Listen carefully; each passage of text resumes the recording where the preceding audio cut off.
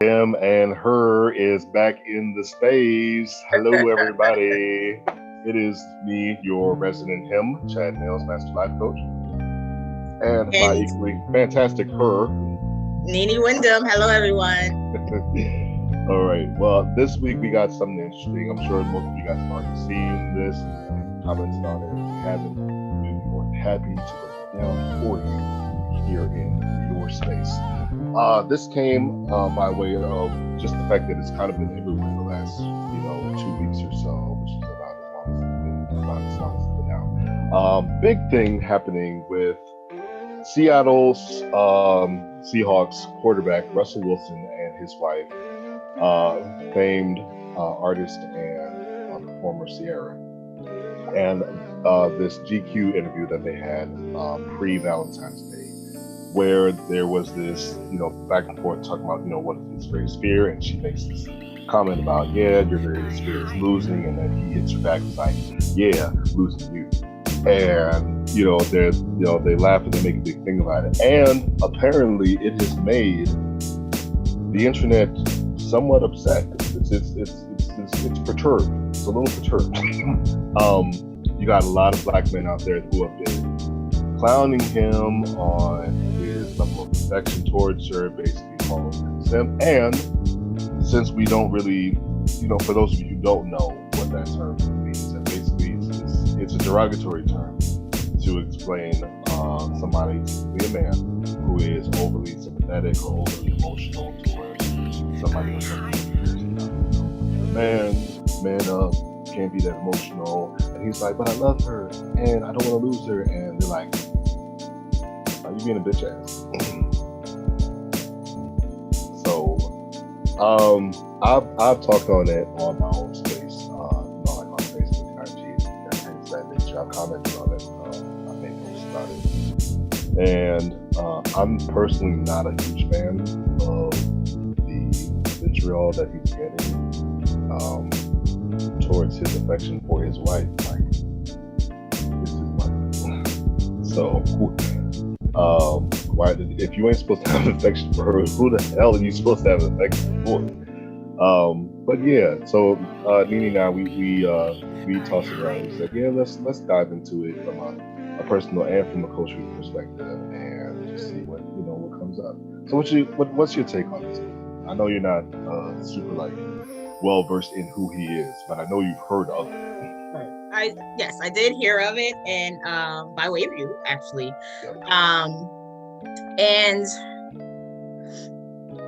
at first, so you had to explain to me what a simp was, because I didn't know. And then you actually explained to me those things I had to learn what happened. And like you said, if you're not gonna love on your wife, who are you gonna love on? And I think it's sad in the sense that he's getting clowned for doing exactly what he's supposed to do as a man, and that it stems back. So the people, and I know it's not everyone who's upset about it. And correct me if I'm wrong, but is it mostly men that are pushing back on it, or you find it men? Hell yeah. Okay. So, most women are like, oh my goodness, he's so expressive. He's so good. Another man be like, right. That meme with the dude that got his mouth all the way to the side, like, right. So it's that happening, right. And I think a lot of it coming from both a personal level and a life coaching side of it, and you know where I'm going with this, stems from childhood.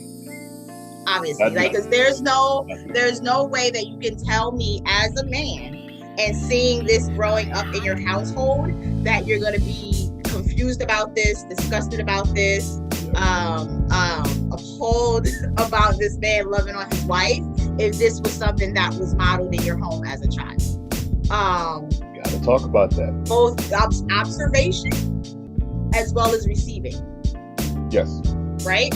So I think that I'm more upset. I'm wrong. I'm more saddened. I'm disheartened. My heart is sad for them, as opposed to being upset about that.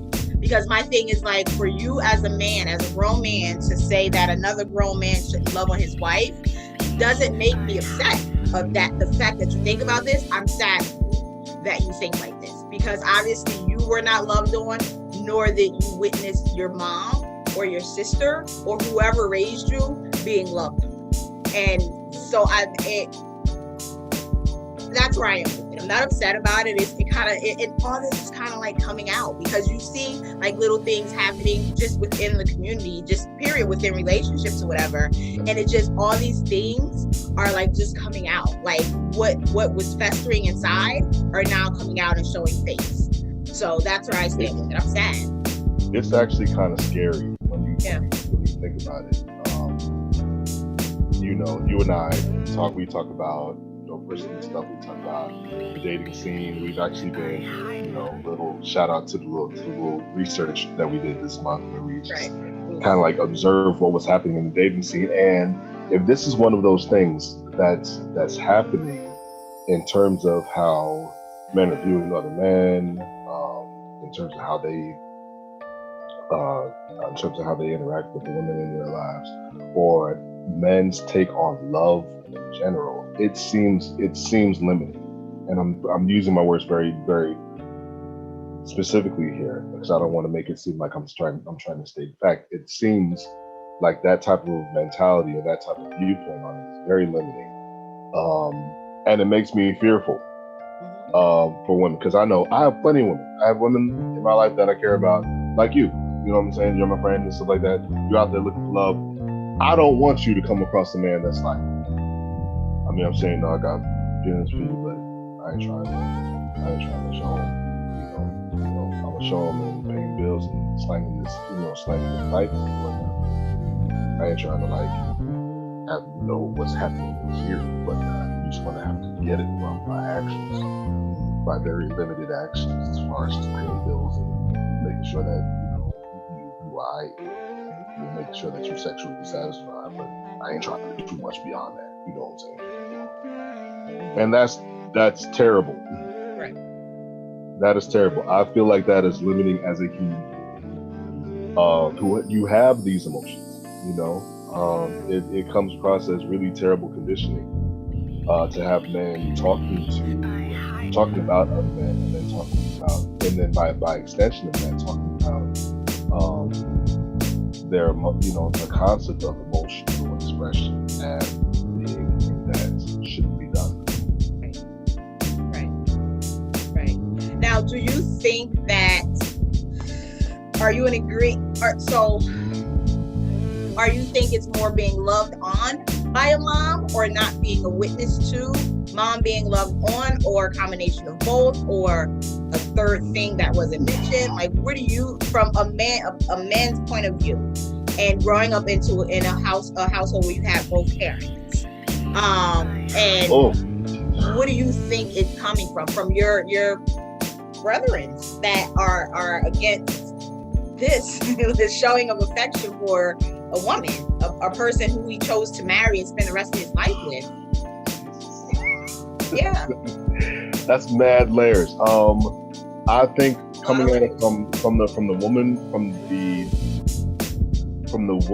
model perspective, if you're growing up in a household and your mother or the significant women in your life do not demonstrate that, if they don't demonstrate that to you, there's something that you get from the models in your life, and it falls into one of two categories. It demonstrates what you should be receiving, or it demonstrates what you should be exhibiting. I think in the case of many of these men who may or may not be in single family homes, and even for some of the men who are in two-parent homes where there just isn't a lot of emotional, back and forth. There's not a vibrant or intense level of emotional expression happening. I think for men who have women like that in their lives, it's a question of what I should be receiving. And so if they come out of a household like that, they're automatically thinking that women don't even need that much. because of what's been exhibited to them. That For they don't men need who that much. they're coming out there thinking that women don't require it, right? Because the women in their lives did require it. That's not something that happened with them and the women in their lives. Right. Now, conversely, if there's a man model in their life, and he doesn't demonstrate that, that is what comes from that is what would have, I believe, in theory, have a lot of men coming out of their rear end, feeling like I don't need to exhibit that. All right, I don't have any model for it. I haven't seen it, and even and I'll use my own situation. Did I have both mother and father, in my upbringing? Yes, I did. There was still a lot that I had to learn after that in terms of how to receive and also how to give, because for the type of person that I now know myself to be, and for them being who they are, I know for myself, I like to give and receive much. I didn't see that with them. I did. It's not to say that they didn't demonstrate love. They demonstrated love. I can understand what type of level of love that they were able to do. But me knowing myself as the man that I am, I both require and wanted to give more than what I saw, and I had to learn that after the fact. So for a lot of men who don't even take that, I'm dipping into the life coach, push now, but for men who come out of a situation like that and don't do the self-work that's needed in order to rectify that. And when I say rectify, I don't mean rectify to a one-size-fits-all thing. We don't do that here in this space. But to rectify to what you're actually suited for. Whether it's more, whether it's less. The point is doing that work to figure out what it is, what that level is for you. And then finding a woman or finding a significant other that's able to compliment you on that. For men who don't think to do that self-work, they're just going off of what they've seen and what they've experienced, and they're on autopilot. And I feel like that's what's happening here with this. They are comparing what Russell Wilson does with his wife, what he does in terms of what he feels he needs to do with what he chooses to exhibit. And it was a really touching moment to read it from the article. It seemed like it was a very touching moment because she wasn't even expecting him to say that. But he said it, and then you got a lot of men all that, oh, you two, you a football player, you ain't supposed to be doing all that, or you Russell Wilson, you're supposed to be hardcore, you can't do that. And he's been catching a lot of flack. He's been catching flack in general since he's been with Sierra. So it's not even like, it wasn't even just like a snap judgment thing. They have been clowning him for taking care of the children that she had with Offset, which is the rapper that she was with prior to her being with him, and so on and so forth. They have clowned him for, caring for them like they're his own, treating her, the way that he's been treating her, which has been like, she's looking at him like she's on cloud nine and stuff like that. And they're like, no, she was a this, she was a that, you can't turn her, basically saying you can't turn a hole into a house like this. But she's, from what it looks like, she's doing it.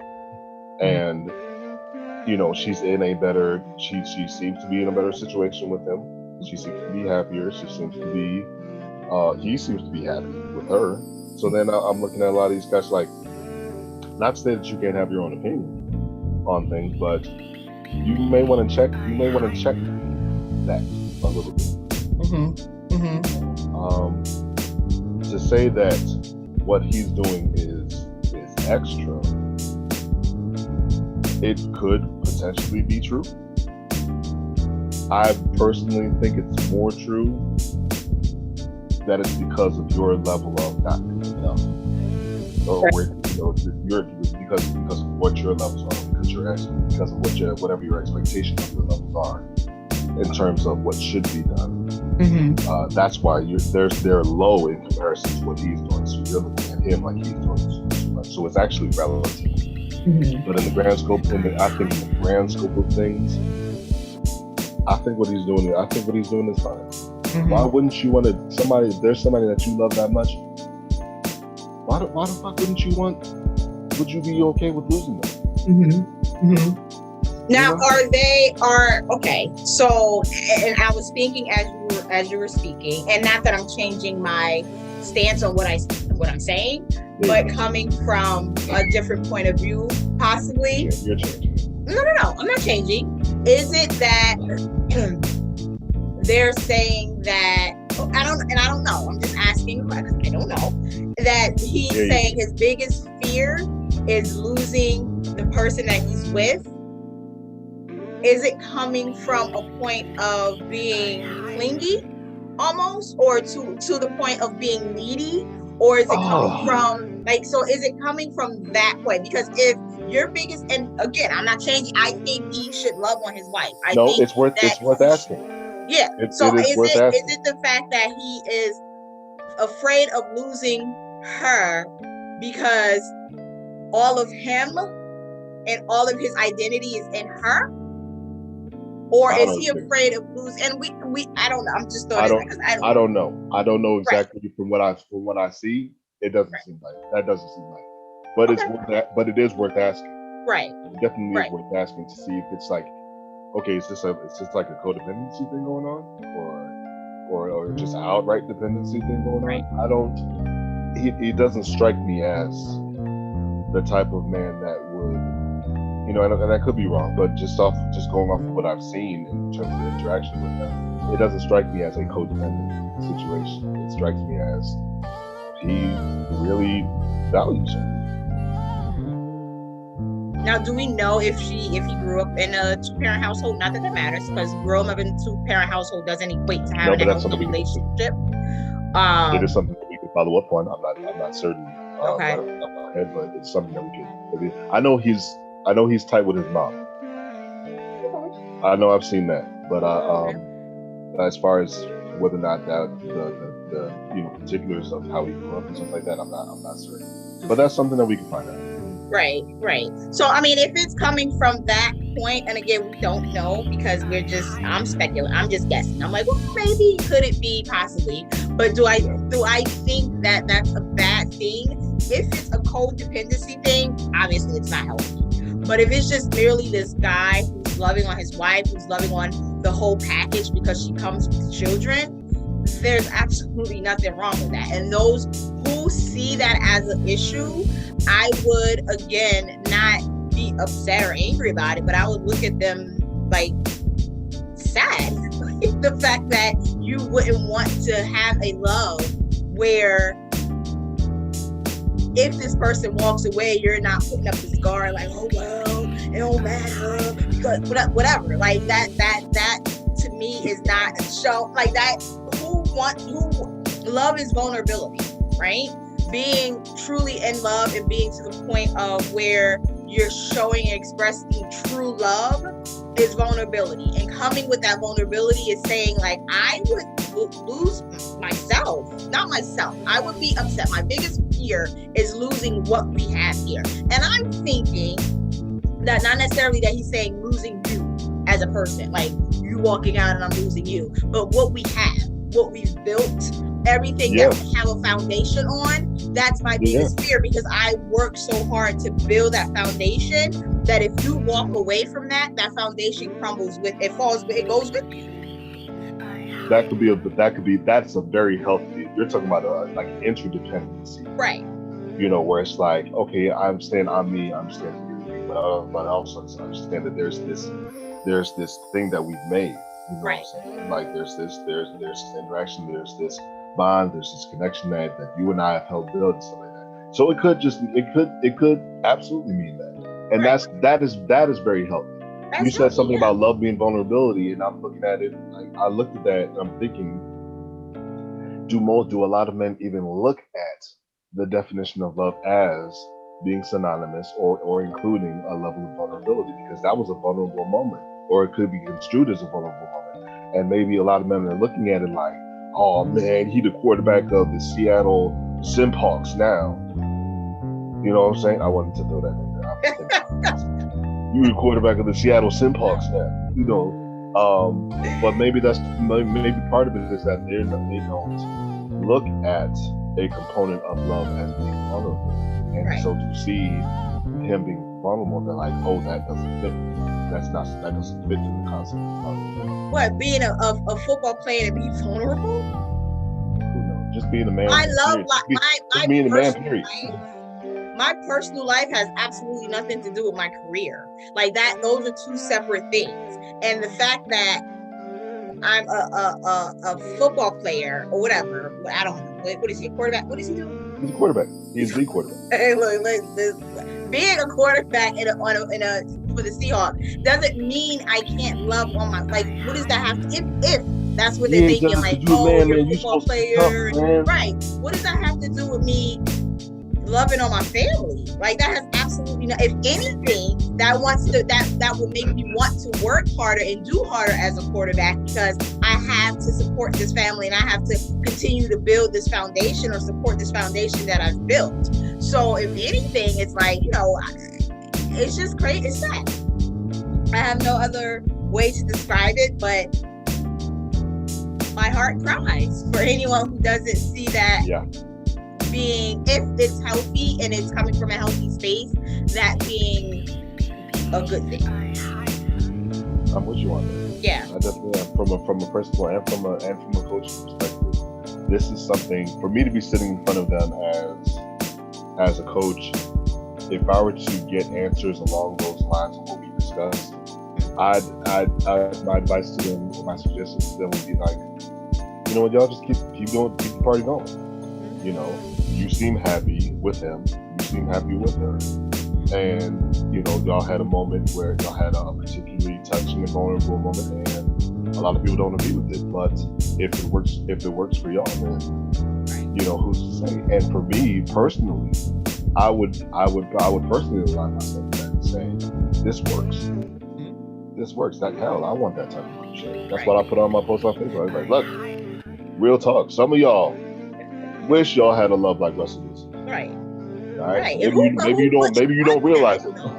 Like, I don't understand. Like, who would not want to be in a relationship where someone adores you that much? I don't know. That they want to be with you for, like, if I say I do, then I'm saying I do to all of you forever. Like, who would not want that type? Like,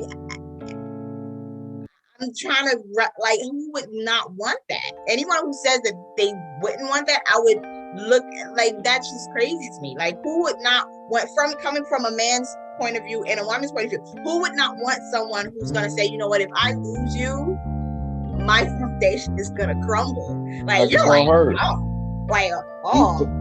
I hear him saying it's like, that's going to hurt. Right. And it's not even just like if she walks away, like if he lost her to an accident or to a health crisis or stuff like that. Right. He's basically saying any form of losing you, that's going to hurt.